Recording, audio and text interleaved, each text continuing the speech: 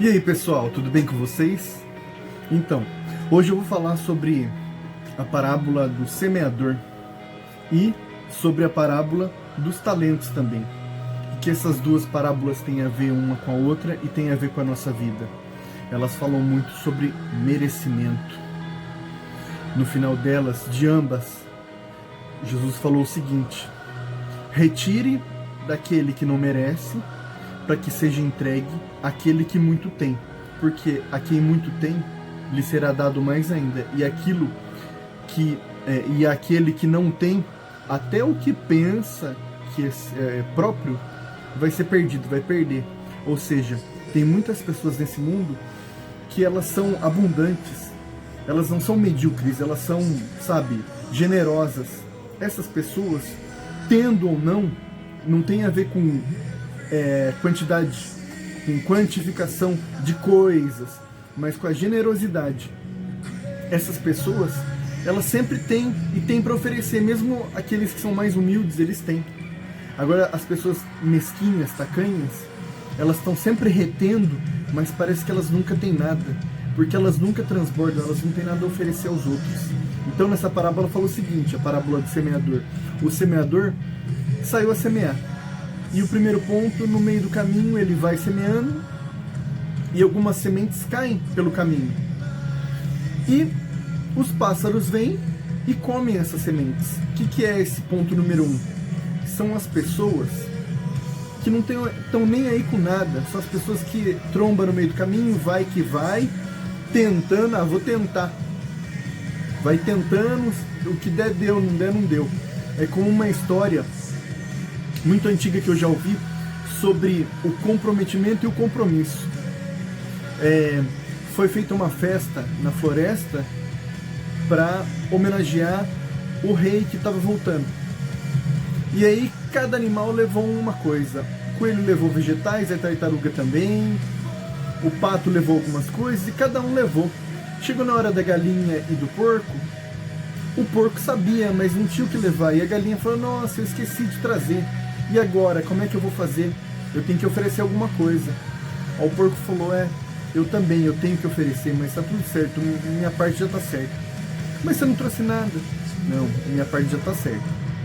A galinha foi lá, pensou, fez um pouco de força, botou o ovo dela. Porque ela estava comprometida com a homenagem ao rei. O porco, num determinado momento, ele vai lá, ele passou manteiga em si próprio e pulou na fogueira. Se sacrificou porque ele estava o quê? Envolvido e não comprometido. Aquele que está envolvido está enraizado, está em si próprio aquilo que ele quer fazer. Tem amor. O comprometido não, ele não tem compromisso. Na verdade ele tem, mas é assim, moral. Ele faz o que tem que fazer, só. Como a galinha fez, ela fez um pouquinho de esforço. Ela não se preparou antes como os outros animais. E assim vem falar também sobre a parábola dos talentos. Que o Senhor saiu da terra dele e foi fazer uma viagem. E naquele momento, antes de ir viajar, ele deixou alguns talentos. Talentos era uma moeda que tinha na época que Jesus contou essa parábola. Pode ser considerado um dom também, mas nesse caso aqui ele estava falando de dinheiro. Ele deixou 5 talentos com um servo dele, 2 com outro servo e 1 com outro servo. E aí, o que recebeu 5 talentos, logo quando o Senhor foi embora, imediatamente ele foi lá, negociou e conseguiu mais 5 talentos. O outro servo que recebeu 2, foi lá, da mesma forma, negociou e conseguiu mais 2 talentos. E o terceiro e último servo, cheio de amor próprio, ou medo, ou sei lá o que, falou assim: eu não vou negociar nada, não vou fazer nada. Eu vou pegar esses talentos, eu vou guardar, vou fazer um buraco aqui no chão, vou enterrar. Por quê? Porque eu sei que o rei é bravo, meu senhor é bravo, e ele vai voltar bravo. Se eu perder, ele vai ficar muito bravo comigo, então eu não vou fazer nada. Aí quando o rei voltou, o que tinha recebido 5 talentos foi lá no rei e falou: ô senhor, tá aqui, 5 talentos, eu negociei e consegui mais 5. Aí o outro de 2 fez a mesma coisa, falou: Senhor, eu consegui 2 talentos. E entregou para o rei. E aí o de um foi lá e se apresentou e falou: ó, Senhor, tá aqui o seu 1 talento, eu enterrei, porque eu sei que o Senhor é bravo, e que o Senhor colhe onde não plantou, né, e tira onde não pôs. Aí o rei falou: ah, tá bom, então eu vou te julgar, você vai ser julgado pelas suas palavras. Tô vendo que você é cheio das desculpinhas, né?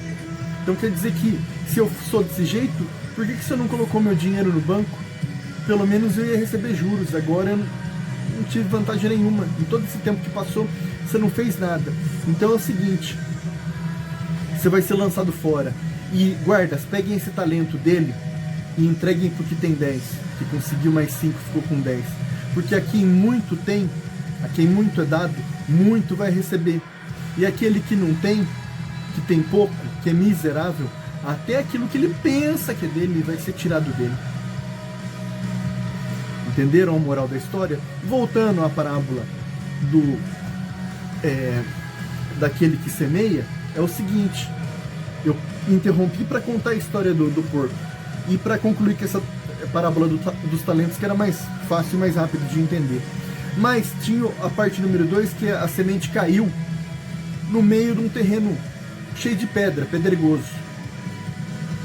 E cresceu, mas logo que o sol saiu, ela secou e morreu. Porque a terra não era profunda, ela não conseguiu criar raiz profunda o suficiente para se sustentar. Ou seja, é o tipo de pessoa rasa. Sabe aquelas pessoas ogras, aquelas pessoas rudes, grosseiras, mal educadas, que a gente não consegue lidar com elas, porque elas são cheias da opinião delas, não, meio chucro, meio animalesca. Se não é do jeito dela, não é.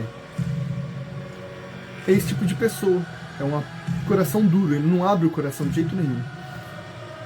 A semente número 3 caiu numa terra cheia de espinhos. E à medida que ela foi crescendo e os espinhos crescendo junto com ela, foi sufocando ela e ela não conseguiu prosperar. Por quê? Porque são aquele tipo de pessoa que tem o coração cheio de 1 milhão de coisas. Sabe aquelas pessoas que você não consegue nem conversar? Elas são afobadas, aceleradas, que estão pra lá e pra cá o tempo todo. Você não consegue ter papo com elas, você não consegue ter assunto. Porque elas são, sabe, inacessíveis. Elas são donas de si, normalmente elas são bravas, são irritadas, são cheias de razão, elas são rancorosas, são vingativas, aquelas pessoas que são difíceis de lidar mesmo, pessoas complicadas, entendeu? É a pessoa que está pensando sempre no futuro e no passado, nunca no agora. Ela não curte a vida, ela está sempre ali, desesperada. É essa pessoa que, no meio do caminho, ela acaba ficando. Por quê? Porque ela é fechada nela mesma. Aquelas pessoas religiosas, que julgam, que condenam, que não tem misericórdia. E a última semente foi a semente que caiu na terra boa, que é como deve ser o nosso coração, que é aquela parábola dos talentos também, que o cara foi lá e de primeira já negociou e conseguiu. É um coração cheio de amor, cheio de transbordo, ou seja, é uma pessoa generosa, que ela vai, a semente cai no coração dela, e por ser uma terra boa, que não tem problema nenhum, que está sempre aberto, que é de boa com todo mundo, que é disposto, disponível e grato, ele vai lá e faz o que tem que fazer generosamente, sem olhar para os lados, sem olhar para o passado ou para o futuro, mas só pensando no agora, para que dê certo agora. Ele não tenta nada, ele testa, ele faz testes. Por quê? Quem tenta alguma coisa é a história do porquinho, da galinha. Ele só está comprometido, ele vai e faz o que tem que fazer, der deu, não der não deu. O envolvido, que é o que faz testes, ele gasta, ele tem um investimento, ele se doa. Por quê? Quando você vai testar alguma coisa, você teve que investir. Você investiu tempo, investiu finanças, alguma coisa você investiu. Então um teste, ou seja, deu certo alguma coisa na sua mente, na sua cabeça, no seu pensamento.